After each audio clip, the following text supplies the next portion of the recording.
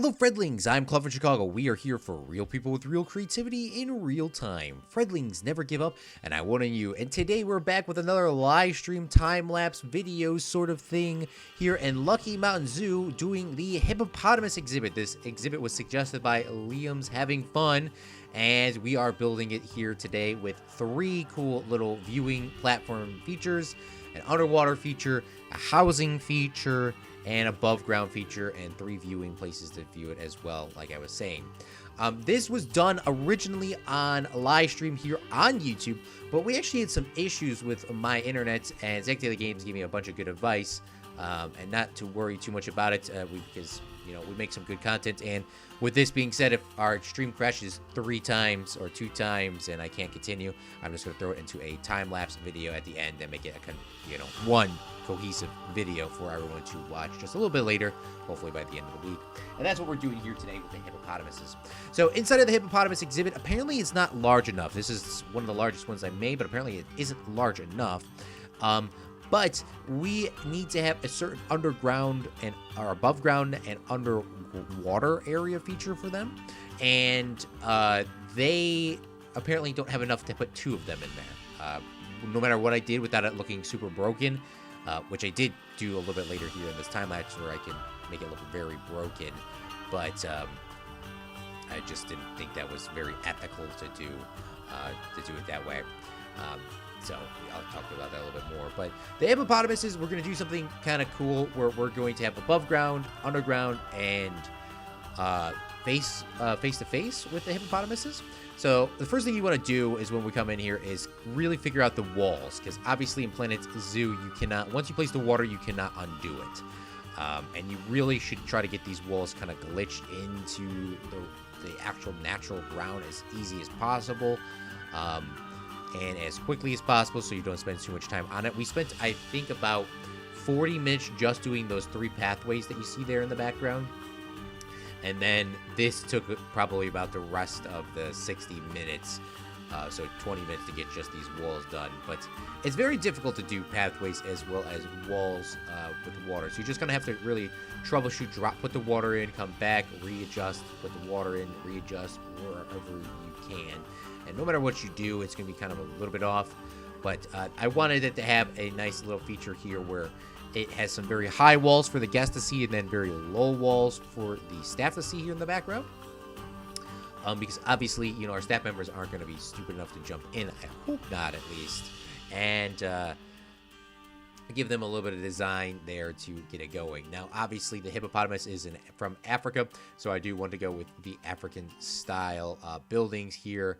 And we are going with the mud walls, and the mud roofing will come in here a little bit later. This is one of the most detailed builds I've done in quite some time, other than the main building itself.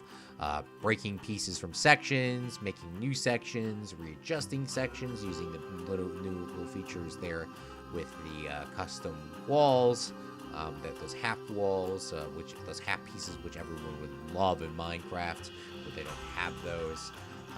Just sort of breaking it and giving us as much detail as possible, because obviously, you know, this is one of the Fredling recommended ones, and all of them should be detailed, but this one is obviously especially more detailed because Liam, and because it's one of the higher end animals here.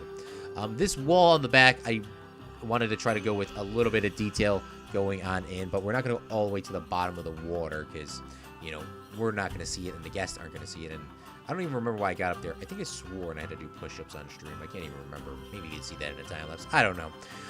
It's because I looked at my webcam. I was like, what am I doing? So yeah, so we're just doing the inside detail, a lot of mud walls and a lot of custom placing. And I did mess up with putting the feature here. I mean, also I did it at the same time just because of how Planet Coaster paths work. I couldn't make the pathway go up to the glass directly because of the other pathway above, and I really don't know why. Oh, there's the push-ups. I'm pretty sure I did push-ups at some point during this live stream, but there you go. Apparently we kept that in there as well. But apparently you can come up to this glass and see that. Now we're gonna do the housing section, and this is where my stream kind of crashes on us, but it doesn't actually look like anything for you guys, so we're gonna see it here now. Yeah, it didn't even look like anything bad, but yeah, so it crashes now, and I don't know the reason why, but I wanted to give the hippopotamuses just a nice exhibit for the interior, because obviously, for example, this is in San Diego, and the hippopotamuses actually do like warm weather, but for some reason what happens is blizzardy cold or something like that. There's at least a room for these animals to go on inside, and you know, they can get away and they can have a nice vibe inside of a building just in case, or if there need to be maintenance need to be done, they could go in there and they can survive for a short period of time while maintenance is being done. Maybe that would be the ideal time to clean the habitat as well.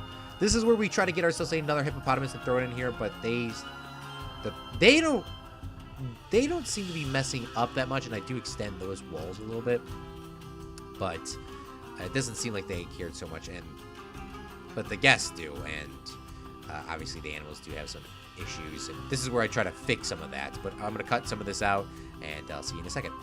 So after messing around for, I don't know, 10-15 minutes, I cut obviously this out of the time lapse, but I made a little underwater cave down there, but it did seem a little bit cheating.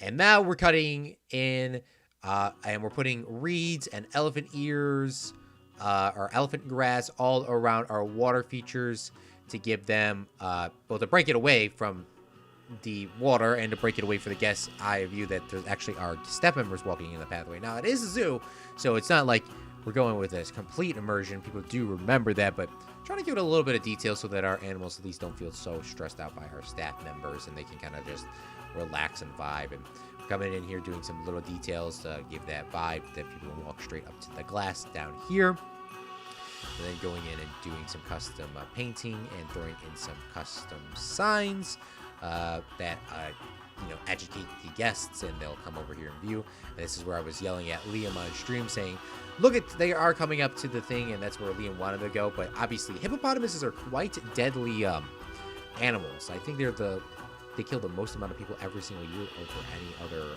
wild animal, I believe it was. I could be wrong, but from my knowledge, that's what it is. That's not a direct, don't cite me on that. Don't use me for an APA paper, okay? But I believe it's something like that. Hippopotamuses are very dangerous things, even though they look kind of cute and cuddly. I would not mess around with hippopotamus, okay? Okay, I would just recommend not, y'all, okay? And then we're adding in some trees over here, adding in some donation bins, and I try to use this huge underground sign that I made for our other areas, but it is just a little bit too small in here, so we do decide to go with like a 6 or 4 meter wide TV. And then we put some educational, conservation, educational boards on the side. I really do enjoy those. Adding in some benches, some garbage bins to get people garbage to throw it out. Zach Daily Games came out with this idea, and I'll say this in the live section as well, to add some plants and trees at the top. And I do wish I added a tree, but we actually come here in the live section to add a little bit of details. I won't spoil that. But Zach did say add some flowers up here, and honestly, that looks absolutely phenomenal. So thank you so much, Zach, for that suggestion. And a couple of these statues down here for the hippopotamuses, and add some more donation bins, some more garbage bins. Save the world. And we're going to add a Fredling wall for Liam's Having Fun. Thank you so much, Liam, for all of your support as a Patreon.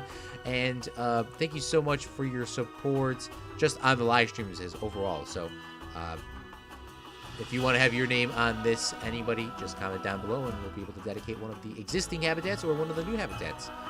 We'll go to the live section, and I'll talk to you in just a second. Fredlings, I hope you enjoyed that time lapse here, and today we're going to do a walkthrough, and I was kind of doing the walkthrough at the end of that last section, but obviously we had some internet issues, so it went offline. But today we are going to be looking at the hippopotamus exhibit, and we have the Fredlings wall dedicated to Liam's Having Fun. Suggested us to have this special live stream for this hippopotamus, and there's 3 ways to view this hippopotamus. Number 1, you can come over onto the side when you're just walking on by, and you can see the hippopotamus exhibit here. You see that there's a watermelon, a feeder, you know, push thing, and then there's some more food, an inside area for them to sleep on in, and some more water. And then here comes the hippopotamus right here. Oh, we should definitely get a picture of this. Oh my goodness, very beautiful, very, very beautiful. Even while we're doing videos, we got to get when it's a nice picture just coming out the water like that. Perfect. Perfecto. That might even be the image here. But the hippopotamus actually does want some more family members and friends with them. But a big one apparently is a little bit too much. Apparently it's not big enough for this area for them, and I don't know why. They actually want a lot more, and I thought I thought the last space was smaller, but I guess not. I thought this was a pretty big spot. So there might be some readjusting I need to do, if the hippopotamus might just need to be by herself here.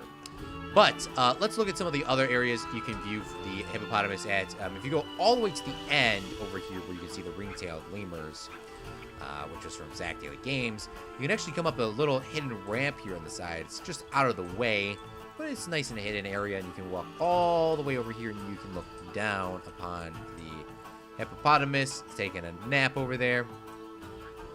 And you can also see the ring-tailed lemurs over here with a better little angle. And it's also a nice, like, cool place to kind of get away. Maybe we could put a table up here or something like that. Like, you know, kind of a little relaxation thing.